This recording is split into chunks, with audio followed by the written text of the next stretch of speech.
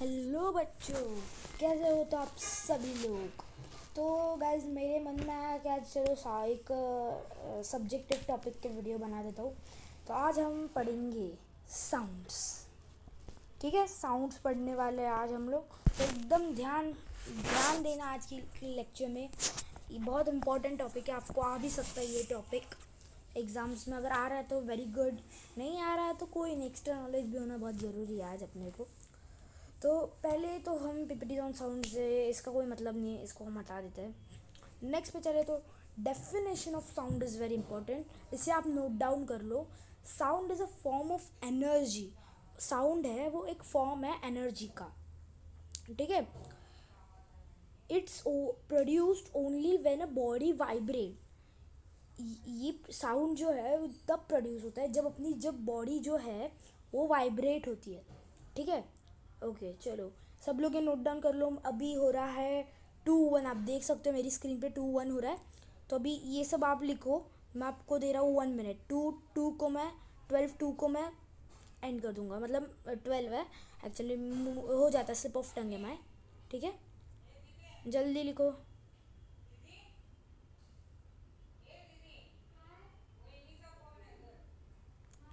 तो I hope अभी सब लोगों ने लिख दिया होगा। इतने छोटे इन्फॉर्मेशन लिखने को ज़्यादा टाइम नहीं लगता, तो बस इतना ही टाइम दे देता हूँ मैं। नेक्स्ट पढ़ते हैं हम। When a greater amount of sound energy reaches us. जब एक हाई लेवल का साउंड एनर्जी हमारे पास पहुँचता है तब हमें एक लाउड साउंड सुनाई देता है। ठीक है, तो फिर और जब हमें लेस एनर्जी, मतलब एकदम लेस मिलती है ना, जैसे कि अगर अपने स्कूल में अगर नोटिस किया होगा आपके, जब बेल बजती है, जो बेल के दूर वाले क्लास होते हैं, यानी कि सपोज बेल, मानो ए विंग में बेल है और एक ही बेल है पूरे स्कूल में, तो पूरे स्कूल में तो बेल बजेगी, लेकिन जो ऊपर वाले सेक्शंस है उन्हें बहुत ही फेंट साउंड सुनाई देगा, और जो उसके पास में उनको बहुत ज़ोर से लाउडली साउंड सुनाई देगा। ओके, समझ गया होगा तो आपको। Let's go. अब मैं आपको एक चीज़ और बताता हूँ। आप ना मेरे साथ भी ये नोट डाउन करो, मैं आपको वाइट बोर्ड पे लिखाता हूँ। I will show you white board. ठीक है, तो इधर इसे, ठीक है। तो अभी मैं आपको बताता हूँ क्या लिखना है। आप लिखो कि चलो आपको मैं ये दिखाता हूँ। ये लिखो मेरे साथ आप। We are able to identify identify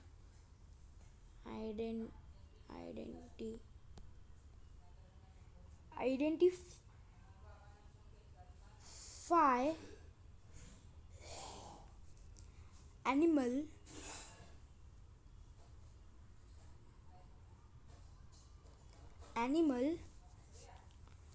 और musical instrument.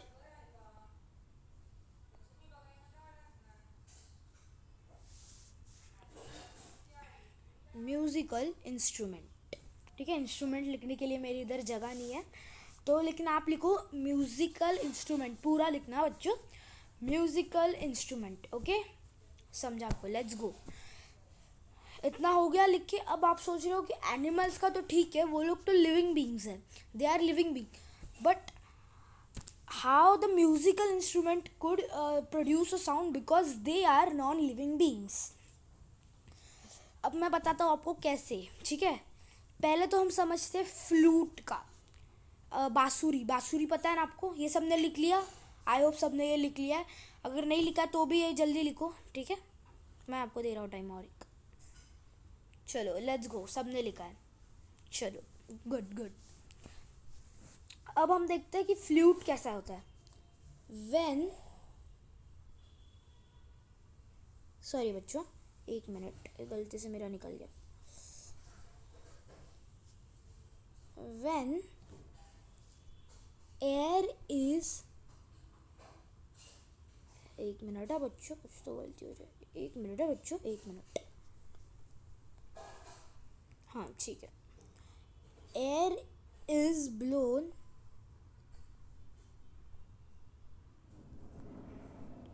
air is blown into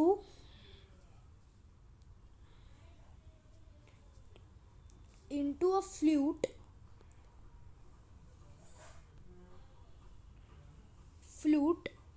The air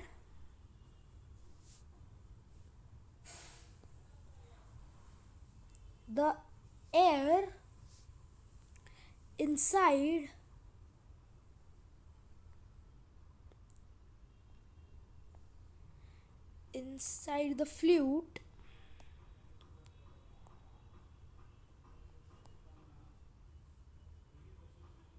vibrates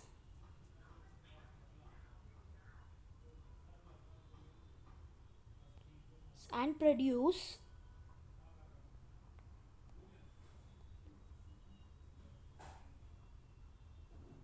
a sound. ठीक है बच्चों.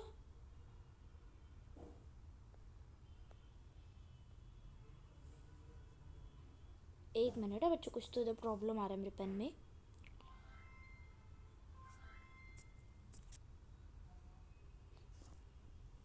शायद से मेरे जगह ख़त्म हो गई इसीलिए पेन में प्रॉब्लम आ रहा है. लेकिन बच्चों आप लिखो कि वो पूरा साउंड है. हाँ ठीक है, एक मिनट मैं ट्राई कर रहा हूँ. हाँ हो गया, एक मिनट. ठीक है, पूरा साउंड लिखना है आपको. एंड द सेंटेंसेस पूरा लिख लो. चलो जल्दी, कम ऑन जल्दी जल्दी. हाँ जल्दी, कम ऑन, फुल जल्दी जल्दी जल्दी, कम ऑन जल्दी लिखो. आई होप अभी सबने लिख दिया होगा. ठीक है, गुड, सबने लिख लिया है तो गुड, वेरी गुड. ठीक है, अब मैं इस पीपीटीज पे जाता हूँ मेरे. अच्छा, हम लोग इस पीपीटी पे थे ना, तो मैं आपको गिटार और ड्रम भी कैसे बजता है ये बताता हूँ. आप ना सिर्फ इसके थ्रू लिखो. लाइक व्हाट वुड वी से, मतलब मैं आपको I will repeat, you have to write. Okay, guitar का लिखिए. अब गिटार का लिखिए.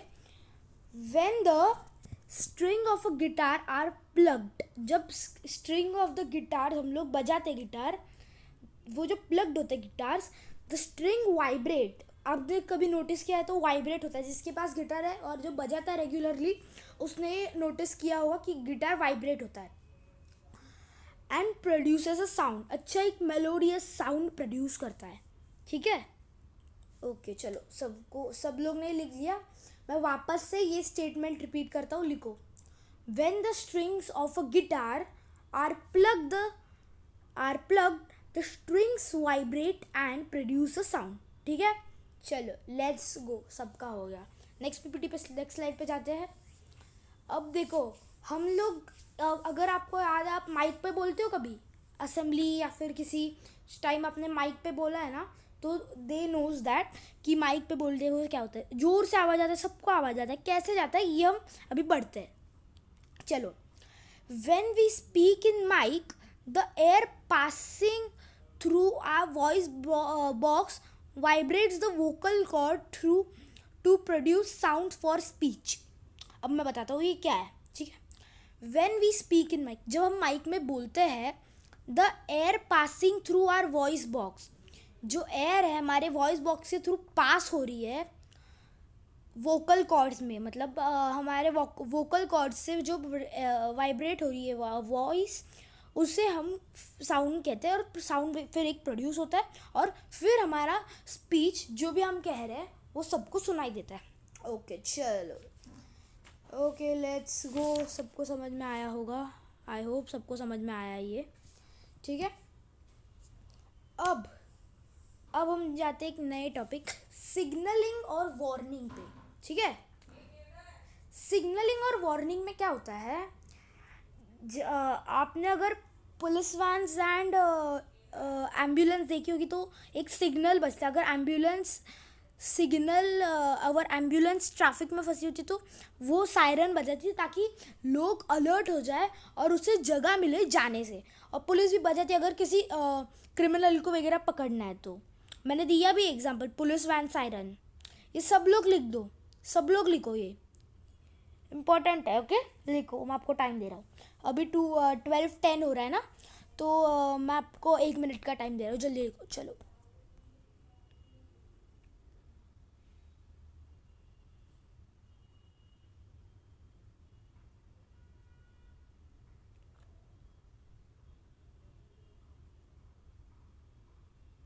चलो आई थिंक सबका हो ही गया होगा, तो इसलिए हम ज़्यादा टाइम वेस्ट नहीं करते हमारा और आगे भी बढ़ते, क्योंकि हमें बहुत एक पेज का ही टॉपिक बचा है, वो भी हम पढ़ लेते हैं तो अच्छा है ना। ठीक है, एक्चुअली नहीं, ओके इतना ही आपके लिए था ना। ओके चलो, अगर कुछ एक्स्ट्रा बचा होगा तो मैं आपको अगर आपका कुछ एक्स्ट्रा बचा होगा तो मैं आपको, आप मुझे कह सकते हो। अब मेरा कमेंट बॉक्स पता नहीं क्यों ऑन नहीं होता है, बट अगर कुछ आपका एक्स्ट्रा बचा होगा सो आप ना जस्ट वीडियो को ना लाइक कर देना, ठीक है। वीडियो आप सोचोगे ऐसा क्यों कर रहा हो, ठीक है, लाइक मत करो। अगर कुछ एक्स्ट्रा बचा होगा तो मैं आपको नेक्स्ट मेरे जो नेक्स्ट वीडियो स्टडिंग टॉपिक का वीडियो आएगा, मैं आपको उसमें ये कवर करवा दूंगा। लेकिन अगर आप इस चैनल पे नए हो तो जल्द से इस चैनल को सब्सक्राइब करो और इस वीडियो को लाइक करो, ठीक है। तो बढ़ते हैं हम अगली साइड में हमारे। ओके, इधर ही आपका टॉपिक ख़त्म होता है, लेकिन आपको मैं आपको डिक्टेट कर रहा हूँ कुछ, वो लिखो आप, क्योंकि इट्स वेरी इम्पॉर्टेंट, ठीक है, बहुत इम्पॉर्टेंट है, ठीक है। लिखो। अब आपको मैं बताता हूँ एनिमल्स कैसे कम्युनिकेट करते हैं। Okay, animal also communicate with each other using sound, ठीक है। Animal also communicates using each other with a sound, मतलब उनके पास भी एक सेंस है साउंड का, वो कुछ भी साउंड निकालते तो समझ जाते हैं। The sound could be convey. अब कन्वे का मीनिंग क्या होता है समझ लो बच्चों, कन्वे का मीनिंग क्या होता है समझ लो। To express a thought, feeling और idea so that is understand by other people, ठीक है। अब सबको समझा ही होगा। कन्वे वार्निंग यानी कि बताने के लिए कुछ, तो वार्निंग जैसे कि जब अगर समझो कि इधर जंगल में किल बिलाट चल रही है, मतलब किल बिलाट पता ही होगा कि जंगल में सब लोग अच्छे से ही रह रहे हैं, खेल रहे हैं सब लोग, लेकिन अचानक एक शिकारी आता है और बंदर देखता है, तो वो सबको कन्वे देता है, एक वार्निंग देता है कि हट जाओ सब लोग, अपने घर जाके छुप जाओ क्योंकि एक शिकारी आया है, ठीक है। सब लोग ये लिख लो। Animal also communicate with each other using sounds, the sounds could be to convey a warning about an impending danger, यानी कि एक डेंजर आ रहा है उसके लिए बताने के लिए। ओके, आई होप सबने लिख लिया।